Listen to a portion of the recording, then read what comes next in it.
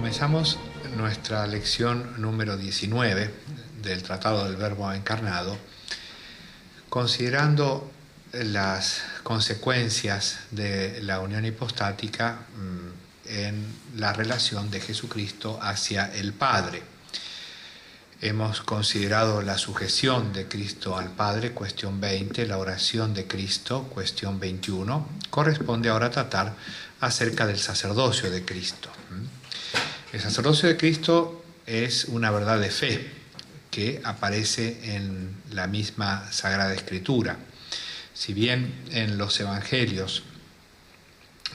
sinópticos en San Juan, no aparece explícitamente la condición sacerdotal de Cristo, aunque obra acciones que son propias del sacerdocio, con sobre todo la institución de la Eucaristía que tenemos en los sinópticos a modo de la institución de un nuevo sacrificio pascual, de una nueva Pascua. En el Nuevo Testamento aparece en la carta a los Hebreos, a la luz de la misma, viendo entonces los textos de la Última Cena y todo lo que se refiere a su pasión como un sacrificio, y especialmente también en relación a la oración sacerdotal de Cristo en el capítulo 17 de San Juan durante la Última Cena, vemos cómo en la fuente bíblica emerge con fuerza esta verdad del sacerdocio de Cristo. Y en el magisterio se expresó en el concilio de Éfeso contra Nestorio, y sobre todo en el concilio de Trento, en la sesión 22, acerca del santo sacrificio de la misa, capítulo 1, que comienza justamente con la expresión del sacerdocio de Cristo, sacerdocio eterno, sacerdocio que no había de terminar con su muerte, sino prolongarse por la eternidad en el cielo, pero también aquí en la tierra por medio de la institución de sus ministros y de un sacrificio perenne en el cual se perpetuase justamente el sacrificio que inauguró en la última cena de su Pascua consumada en su pasión. Y así el Concilio de Trento también, que tenía muy presente este texto que vamos a ver ahora, estos textos que vamos a ver ahora, esta cuestión de Santo Tomás acerca del sacerdocio de Cristo, definió que en el sacrificio de la Santa Misa se contiene verdaderamente el único sacrificio de Cristo, porque es el mismo sacerdote principal y la misma víctima. Cristo es al mismo tiempo sacerdote y víctima. En la Suma de Santo Tomás podemos decir que esta cuestión se introduce habiendo visto los aspectos morales de la acción humana de Cristo, los aspectos morales de mérito, obediencia, oración, de esa operación humana, libre, voluntaria de Cristo, siempre en relación de la naturaleza humana de Cristo hacia el Padre, hacia toda la divinidad, también incluso hacia su persona, hacia la persona del Verbo. Y habiendo Santo Tomás, como hemos visto en las cuestiones 13, 18 y 19, habiendo introducido la instrumentalidad eficaz de su humanidad en dependencia de la causa principal, Dios, que obra la salvación, considera ahora cómo se ejerce esta instrumentalidad sacerdotalmente, es decir, en una eficacia, concediendo eficazmente la salvación de Dios al hombre y concediendo eficazmente el retorno, la conversión y la santificación del hombre, que el hombre vuelva a pertenecer y se done a Dios. Dios que se dona al hombre, el hombre que se dona a Dios. Es decir, esta acción eficaz humana, ministerial, instrumental de Cristo, ministerial, al servicio de la acción salvífica de Dios y del retorno del hombre a Dios, que ejerce como el sacerdote, que no es más que el nombre de esta mediación eficaz ministerial. Lo hará Santo Tomás en dos cuestiones. Esta, la cuestión 22, es la presente, y sobre todo en la relación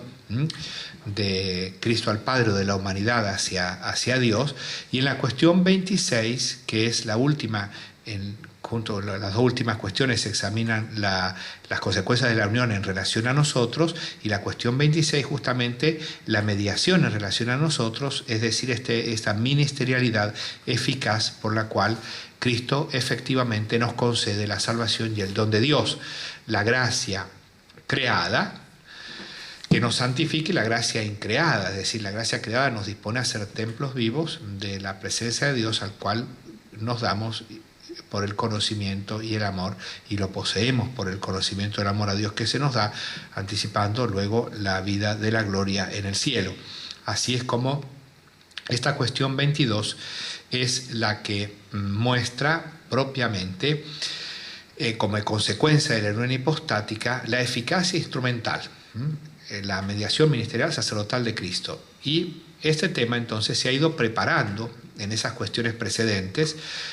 a partir de la potencia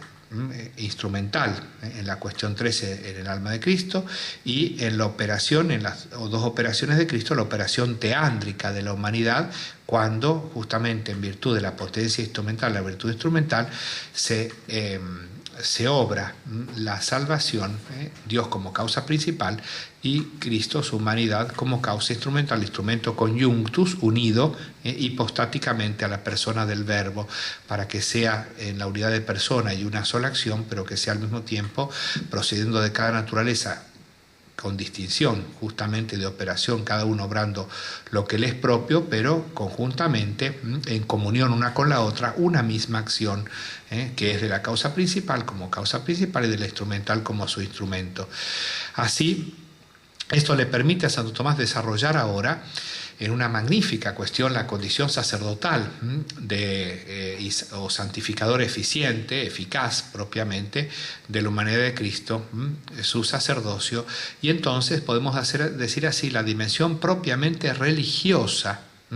de religar al hombre con Dios, de su obra salvífica y por medio de su operación humana, así como hemos visto el mérito, la oración, la obediencia, la sujeción, ahora el aspecto propiamente religioso, cultual, por el cual se ejerce el sacerdocio en la acción principal, la acción religiosa por excelencia, propia del sacerdote, que es el sacrificio, que justamente hace referencia a esta eficacia, sacrum facere, sacrificio, hacer sagrado, hacer sagrado el hombre, haciéndolo pasar a Dios, reapropiando el hombre a Dios, que el hombre se vuelva a dar como pertenencia de Dios a la cual se sustrajo por el pecado, y que así Dios se da al hombre y entonces se pertenecen mutuamente como en mutua amistad, en mutuo desposorio, Dios y el hombre, por este acto que justamente dona el uno al otro eficazmente. Hace falta una acción eficaz de poder eficazmente convertir lo que hace falta para que se logre esta unión de mutua donación de Dios y el hombre, dos distintos, que se unen así en santa sociedad amical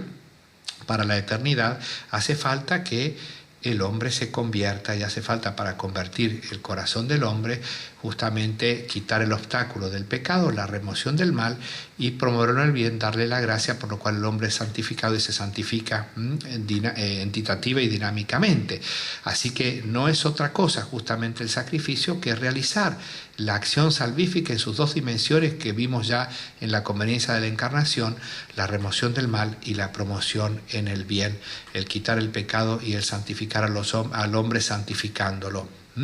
Y Cristo esto lo hace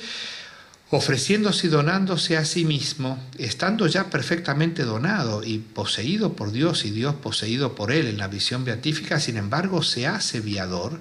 para poder justamente ofrecer voluntaria y libremente, meritoriamente, obediencialmente, y ahora instrumental y sacrificalmente su humanidad, y así lo expresa en la oración sacerdotal, cuando pide y suplica que se realice esta acción cultual, sacrificial, de poder donarse, y dice Cristo en esa oración sacerdotal: Padre,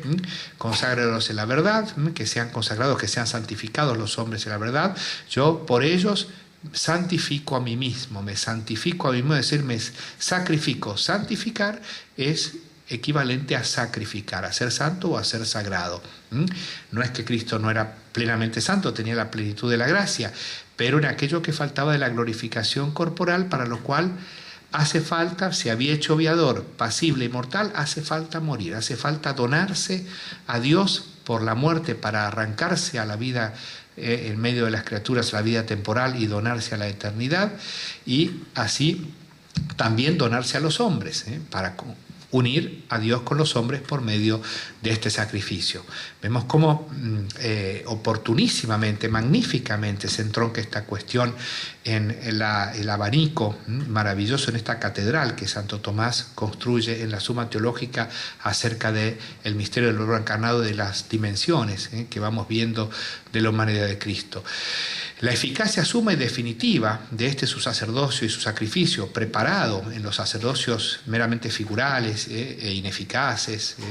y en multitud de sacerdotes del Antiguo Testamento, hace, como lo destaca la carta a los Hebreos en el Nuevo Testamento, que es la carta magna del sacerdocio cristiano, el sacerdocio único, eterno y sumo de nuestro Señor Jesucristo, que es la carta a los Hebreos. Así se ve que este sacerdocio eficaz una vez para siempre hace que no haya más sacerdotes, ni sacrificios, ni víctimas, sino para siempre, eternamente, Cristo sacerdote y víctima, del cual y de cuya mediación y sacerdocio participan y son como injertados en su sacerdocio sus ministros, sus apóstoles, pero ya no son más sacerdotes a título propio, sino que son sacerdotes del único, sumo y eterno sacerdote, el único que puede obtenernos una redención eterna, como dice la carta a los Hebreos. Obtenida la satisfacción, redención y santificación eternas para sí,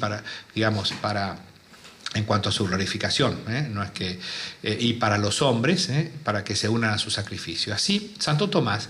divide esta cuestión en la existencia y naturaleza del sacerdocio de Cristo, el artículo primero. Segundo, el objeto sobre el cual se ejerce su sacerdocio y la acción sacerdotal, que es el ofrecimiento sacrificial de sí mismo como víctima. Es decir, se pregunta de si Cristo es sacerdote y víctima de su sacrificio. ¿Dónde se implica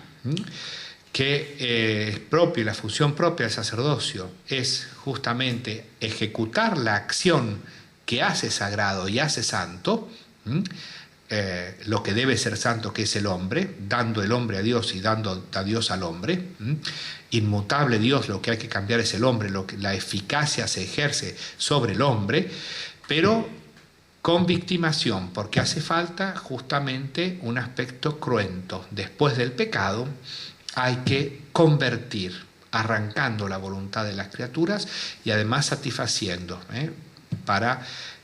remover el mal de culpa y el mal de pena,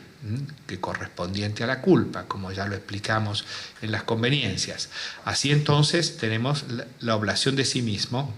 artículo segundo, Cristo sacerdote y víctima. Luego, los efectos u objeto del sacrificio de Cristo, justamente la remoción del mal, es decir, la remoción de los pecados, la expiación de los pecados, artículo tercero,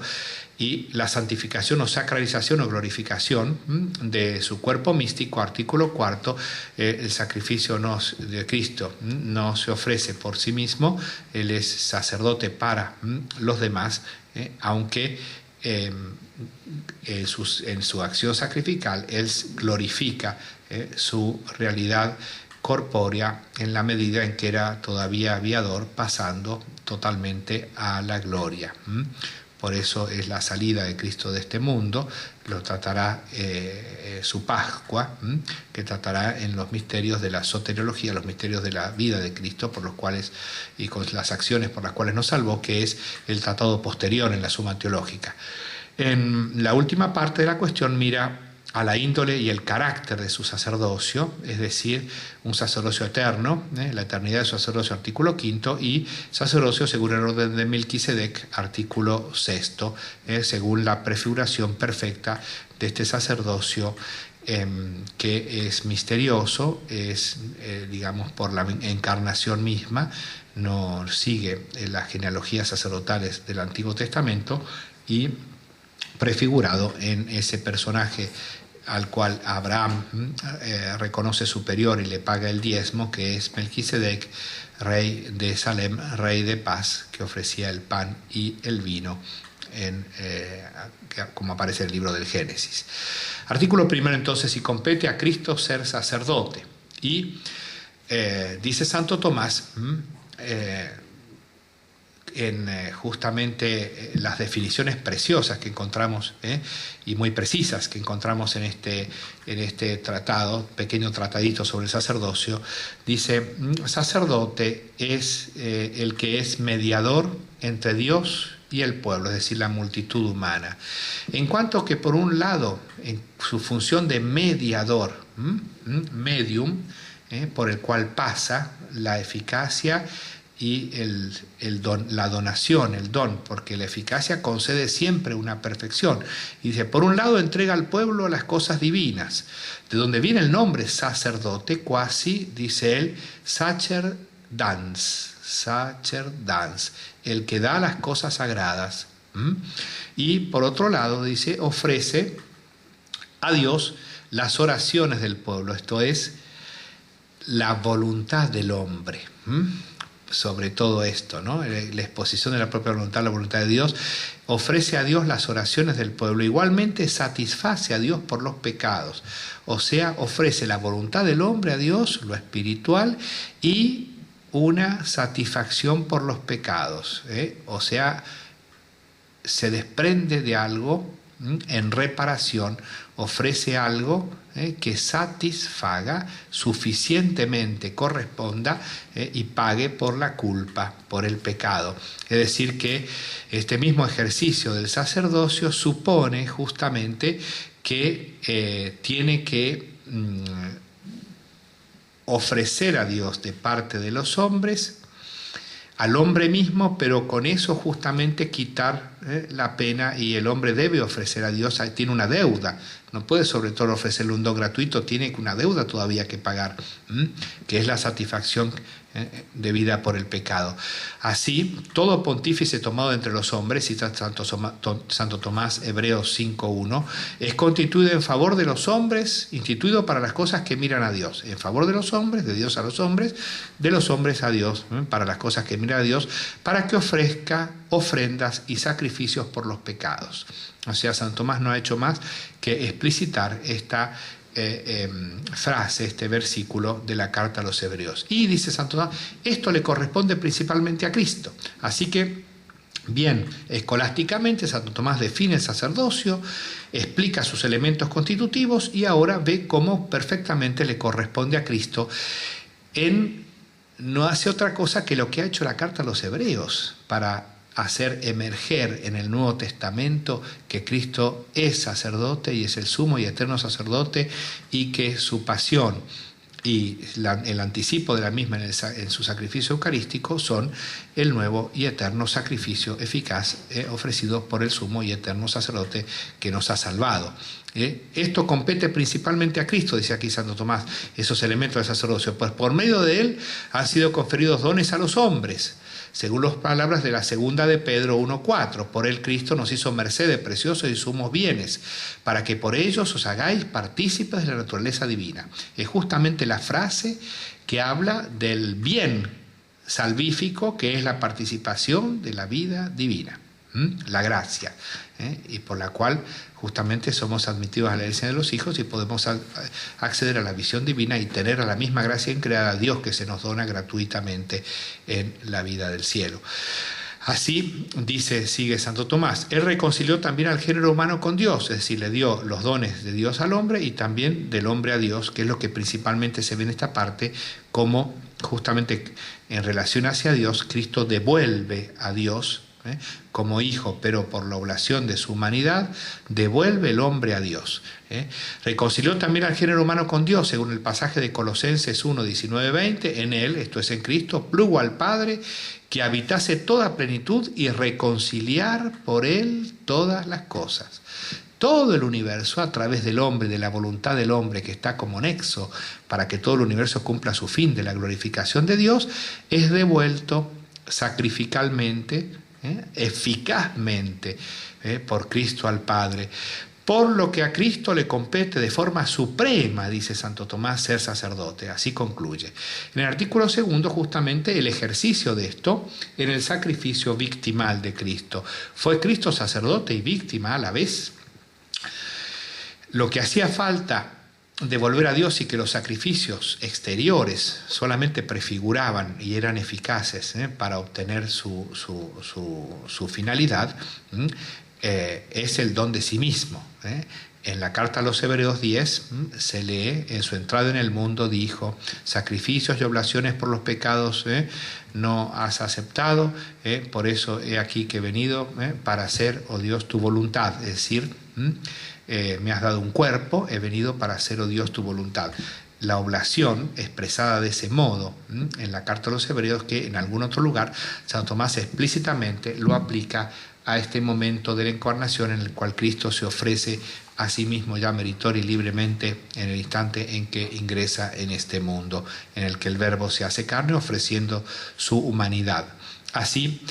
dice aquí, en este lugar del artículo segundo, en Efesios 5:2 leemos: Cristo nos amó y se entregó por nosotros como oblación y víctima a Dios en olor de suavidad. Él se entregó a sí mismo, es decir, le da aquello que las víctimas exteriores no podían hacer, el don del hombre, el hombre que se dona a sí mismo y que no podía porque la voluntad del hombre estaba herida por el pecado y el hombre estaba en el estado de humanidad caída, pecadora. Solo Dios lo puede convertir a Dios, y aquí por medio de nuestro Señor Jesucristo, en la acción sacrificial de Cristo. En la respuesta principal, el cuerpo del artículo, comienza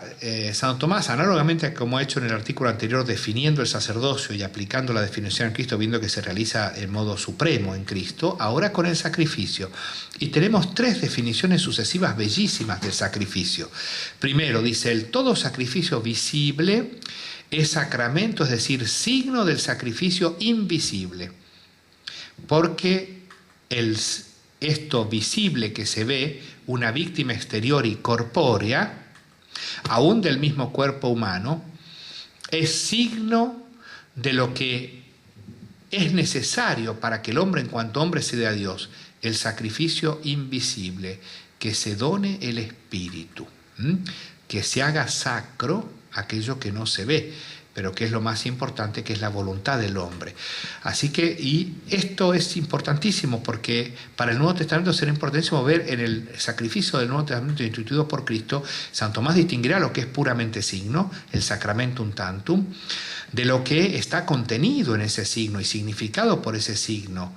y cuya presencia viene realizada por ese signo, pero porque contiene realmente una eficacia salvífica, y contiene no solamente la eficacia salvífica, sino que contiene en el máximo, en el sacramento central, la misma presencia de Cristo y la presencia de su sacrificio, que es lo que Santo Tomás llamará signum et res, ya es la realidad que es contenida en el signo.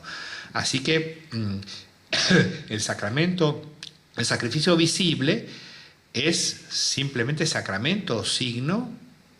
Su importancia es que refiere a lo que es verdaderamente, auténticamente el sacrificio invisible, en función del cual está y que es el principal sacrificio, la res, que es el don. Y eso, en la Eucaristía, ese sacrificio es para obrar la res tantum, diría San Tomás, la realidad que se procura en nosotros, que es el efecto del orden sacramental, que simplemente presencializa,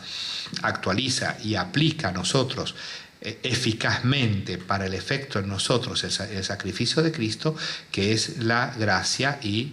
el unirnos por la gracia a la presencia de Dios, causa de la gracia que inhabita en el alma, en la Trinidad de sus personas. Por eso, importantísima esta definición que toma de San Agustín del De Civitate Dei Santo Tomás. Todo sacrificio visible es el sacramento, signo del sacrificio invisible. Los del Antiguo Testamento, puro signo; los del Nuevo Testamento, signo eficaz que contiene y contiene la eficacia de este sacrificio de Cristo, pero para la santificación de los hombres. También dice: es sacrificio invisible. Ahora explica cuál es el sacrificio invisible: aquel por el que el hombre ofrece a Dios su propio espíritu. Conforme a las palabras del Salmo 50, sacrificio acepto a Dios el espíritu contrito, en el Salmo Miserere, que expresa hermosísimamente esta realidad del sacrificio espiritual en el corazón arrepentido del rey David luego de su pecado, reconciliándose con Dios. Un corazón arrepentido y humillado tú no lo desprecias. Este es el sacrificio, acepto a Dios un corazón arrepentido. Por eso dice, todo lo que es ofrecido a Dios, y acá tenemos otra magnífica e importantísima definición de sacrificio, todo lo que es ofrecido a Dios para que el espíritu del hombre sea llevado hacia Él puede llamarse sacrificio. Así que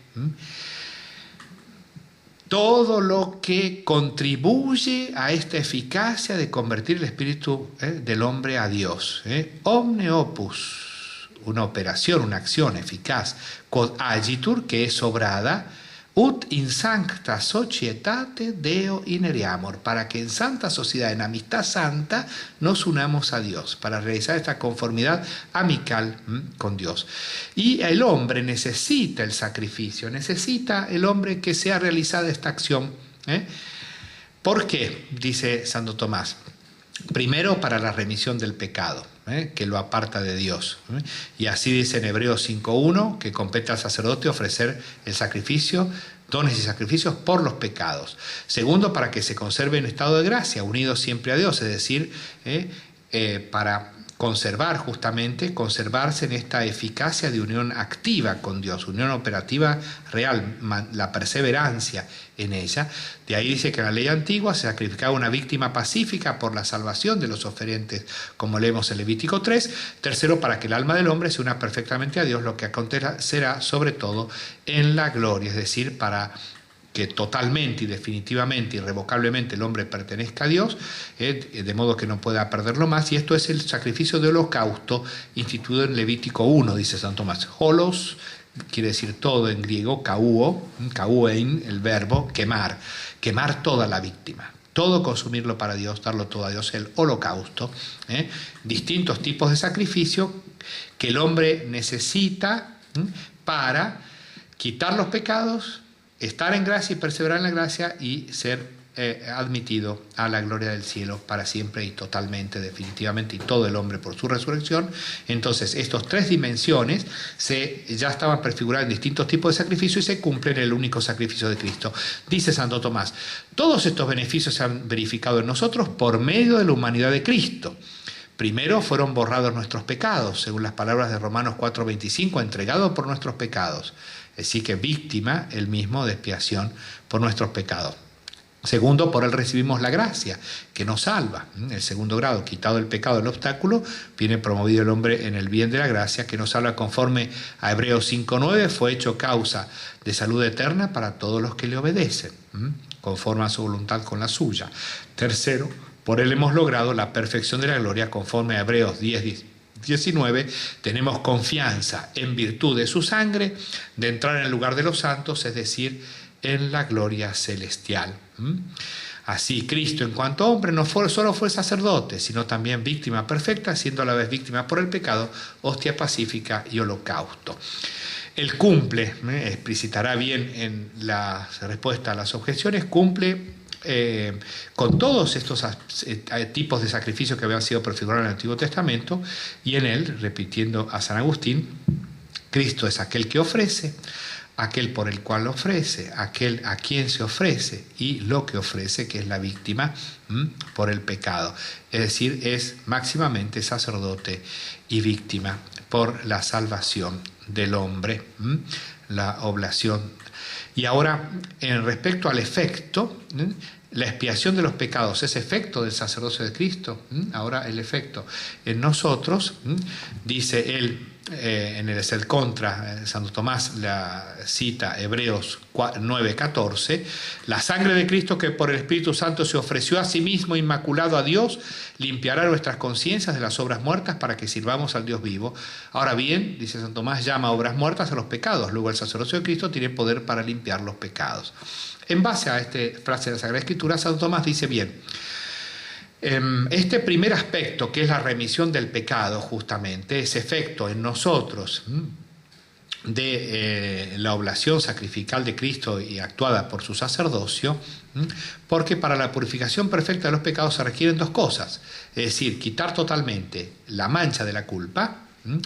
el mal de culpa, y el reato de pena, el mal de pena, lo que ya hemos visto, que es un aspecto de la salvación, de la remoción del mal, de culpa y de pena. La mancha de la culpa, dice, se borra por medio de la gracia, porque justamente la gracia es el alma convertida, vivificada por la caridad, convertida a Dios, es decir, vuelta de su conversión a las criaturas y aversión a Dios para convertirse a Dios, apartándose de las criaturas. Y así, dice Santo Tomás, la gracia hace volver a Dios el corazón del hombre. No porque Cristo haya necesitado convertirse, sino que por su perfecta oblación,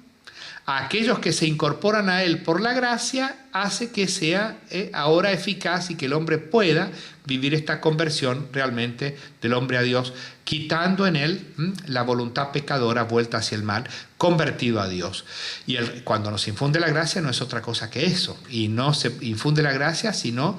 sin nuestra voluntad. Aún en el bautismo es de los niños, es en previsión de que el hombre luego actúe conforme a su bautismo. Luego el reato de la pena es totalmente destruido cuando el hombre satisface, es decir, por la satisfacción penal. Ahora bien, el sacerdocio de Cristo produce estos dos efectos,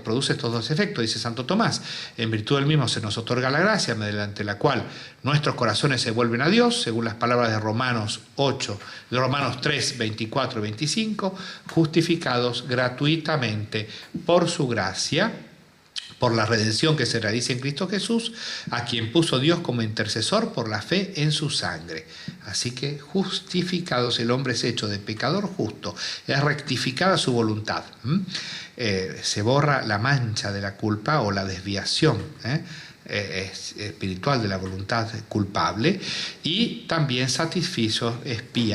satisface por la pena, dice, satisfizo plenamente por nosotros, en cuanto que llevó nuestras enfermedades y cargó con nuestros dolores. Isaías 53:4, ya profetizado en el Cántico del Siervo Sufriente de Isaías, sufrimiento expiatorio, por nuestras culpas, nuestros pecados y nuestras penas merecidas. Por lo que resulta evidente que el sacerdocio de Cristo, concluye Santo Tomás, tiene pleno poder para expiar los pecados. Artículo 4. Se extendió solo a los demás o también a él mismo. Aquí cita como autoridad el Concilio de Éfeso,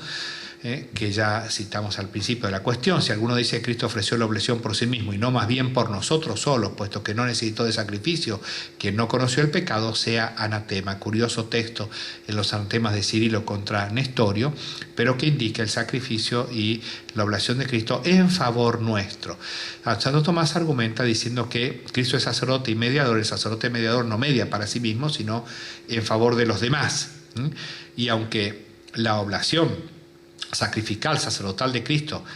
tenga también por la consagración de sí mismo efecto en su glorificación, Él como Salvador no necesitaba salvarse, Él es el Salvador, estaba desde el comienzo en la bienaventuranza eterna, fue viador simplemente para ofrecer el sacrificio, y si bien este sacrificio implica la glorificación de su humanidad,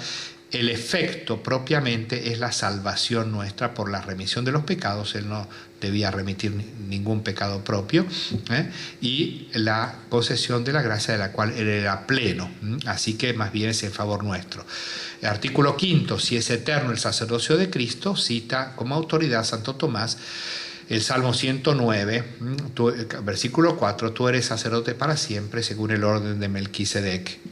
que también al inicio de la carta a los Hebreos justamente viene aplicado en el mismo Nuevo Testamento a nuestro Señor Jesucristo. Así, dice él, hay que decir que en este sacerdocio, en el sacrificio del sacerdote, hay que considerar dos cosas: la oblación del sacrificio, es decir, el momento en que se ofrece y se victima históricamente, ¿no? La víctima también, ofreciendo y victimando, porque tiene que estar ese aspecto cruento de expiación y de satisfacción por el pecado, y la consumación del mismo, que consiste en que se consiga el fin del sacrificio. Recordemos, omne opus quod agitur, obrar una obra voluntaria y libre. Sacrificio exterior, visible, es aquel simplemente sacramento, significa y contiene aquel invisible. El invisible es el don del Espíritu a Dios, que se ofrece, se dona, y esto se realiza con una victimación en el aspecto cruento. Ahora, ut para que en sanctas ut in sancta societate Deo ineriamur, para que nos unamos a Dios en santa sociedad. Cuando se consigue este fin, es la consumación del sacrificio, dice. Es decir, el sacrificio consigue el efecto de aquello que eficazmente procura con una obra eficiente. Fa hace sacrum, fa hace sagrado, el sacrificio. Así, dice Santo Tomás, la consumación del mismo que consiste en que consigue el fin del sacrificio aquellos por quienes se ofrece. Se aplica esta acción eficaz a aquellos por los cuales se ofrece y hacia los cuales se ejerce esta acción eficaz. Por eso nosotros aplicamos la misa, porque aplicamos la representación que contiene y representa en el sentido de hacer presente, porque está presente actuando el sacrificio de Cristo cuando aplicamos la misa por aquellos por los cuales la ofrecemos. Y así, justamente, dice Santo Tomás, el fin del sacrificio ofrecido por Cristo no fueron los bienes temporales, sino los eternos. Es decir, ut in sancta societate ineriamur Deo, para que nos unamos a Dios en tan santa sociedad, en su eternidad y por la eternidad, tal cual Dios es, con su realidad nos unamos inmediatamente a Dios, lo cual nos hace partícipes de la eternidad.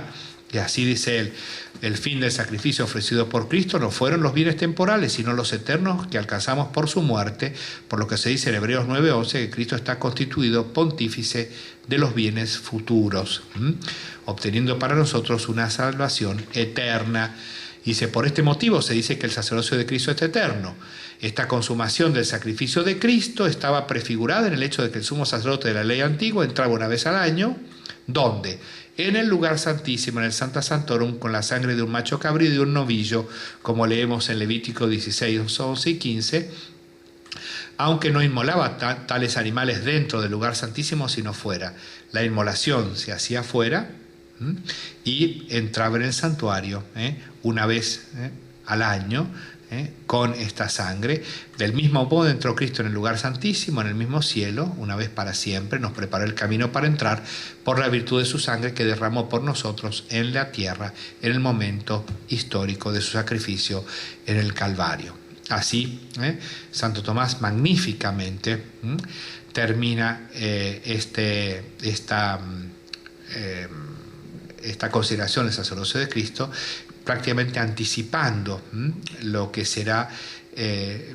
más adelante el tratado de la salvación, la acción salvífica eficaz de Cristo, y luego los sacramentos, el sacramento eucarístico con el sacrificio eucarístico, en el cual, dirá él, realmente Cristo se inmola en la Eucaristía, porque se nos, como dice un prefacio, dice, que es citado por la Sacrosantum Concilio Vaticano II y en 3 prefacios del misal del Novus Ordo, dice, tantas veces como se celebra este sacrificio, opus nostre redemptionis exercetur, se ejercita la obra de nuestra salvación, es decir, se aplica la causa al efecto, produciendo en nosotros el efecto de la santificación, es decir, sacrificándonos por el sacrificio de Cristo. La cuestión 23 con la cual terminamos esta clase dice, si la adopción conviene a Cristo, y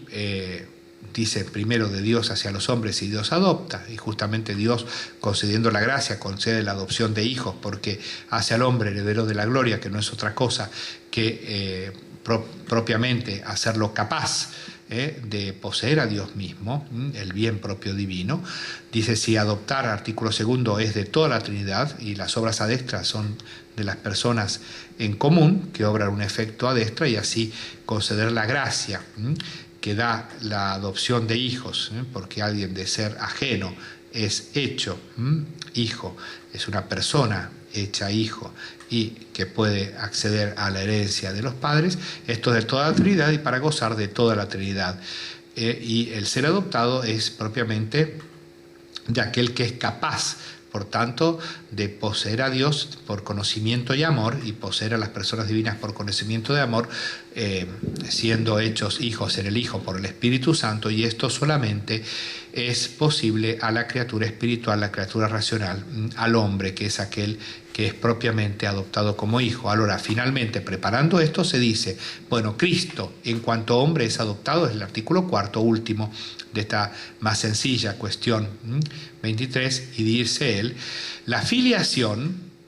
corresponde propiamente a la hipóstasis o persona, no a la naturaleza. Hijo se dice como relación personal hacia un padre y por eso es de la persona. Por eso dijimos en la primera parte, cuestión 32, artículo 3, cuestión 34, artículo 2, ad tertium, cuestión 40, artículo 1 ad 1, en distintos lugares de la Suma Teológica, que la filiación es propiedad de la persona. Propiedad de la persona. Pero en Cristo no hay más persona hipóstasis que la increada, a la que le conviene ser hijo por naturaleza. Y hemos dicho antes, dice Santo Tomás, artículo 1 a 2, justamente cuando se propone si es de Dios adoptar, que la filiación adoptiva es una semejanza por participación de la filiación natural. Semejanza por participación de la filiación natural. Lo que se llama tal cosa por naturaleza no se la llama por participación. Por este motivo, Cristo, que es hijo de Dios por naturaleza, no puede llamarse en modo alguno hijo por adopción. En cambio, para los que defienden que en Cristo hay dos personas o dos hipóstasis, el nestorianismo herético o dos supuestos, no existe dificultad razonable en llamar Cristo hijo adoptivo en cuanto hombre, pero es herético. Por lo tanto,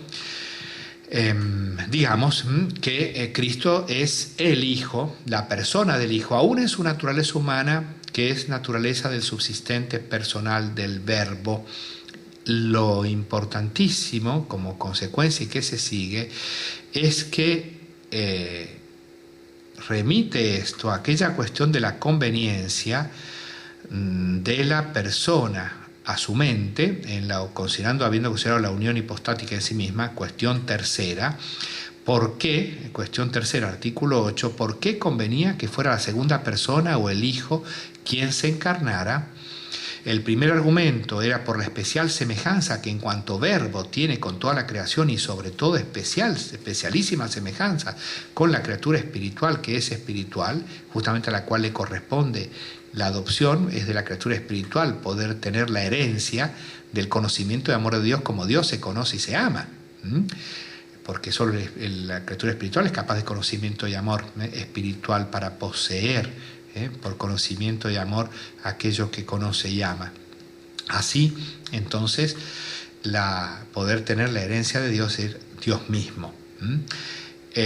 Por esa semejanza, pero además, en esa cuestión habíamos visto que convenía que el Verbo se encarnara porque corresponde a aquel que es hijo por naturaleza, es el primogénito, adquirir muchos hijos para la gloria, muchos hermanos para la gloria, es decir, concederle a Dios muchos hijos adoptivos, haciéndolos participar de su gracia plena, que es gracia plena del que es hijo por naturaleza, que en su naturaleza humana tiene esta participación de la vida divina en cuanto divina, santificando totalmente su humanidad, para concedernos a nosotros, que somos personas distintas, las filiaciones de la persona, por la gracia, porque nos hace partícipes de la naturaleza divina, somos de condición divinizada, digamos así, por participación, personas distintas, pero que son asimiladas a la divinidad como persona distinta, hecha hijo. Y por esa asimilación, por la participación de la naturaleza divina, podemos conocer y amar a Dios como Él se conoce y como Él se ama, para unirnos en santa sociedad con Dios. Así, con ello, podemos ver que somos hechos hijos adoptivos en el Hijo, que es por naturaleza, que es la persona, y porque así nosotros, por la incorporación de la gracia, somos invitados justamente a vivir en la perfección de la caridad, la sujeción y sumisión de obediencia filial por caridad, conformando nuestra voluntad totalmente por la caridad y por la gracia, con aquella voluntad divina, realmente uniéndonos en santa sociedad a Dios, en amistad, en unión de voluntades, queriendo y gozando el mismo bien divino, así consumando justamente la obra sacrificial de Cristo, por la cual se ha hecho la devolución del espíritu humano a Dios, haciéndolo sacro, haciéndolo santo, haciéndolo sagrado. Vemos cómo Santo Tomás ha captado profundamente en sus diversas dimensiones la realidad de nuestro Salvador y de la obra salvífica por la cual justamente sana y eleva nuestra naturaleza para la unión salvífica con Dios. Concluimos así con la cuestión 23 y con esta lección.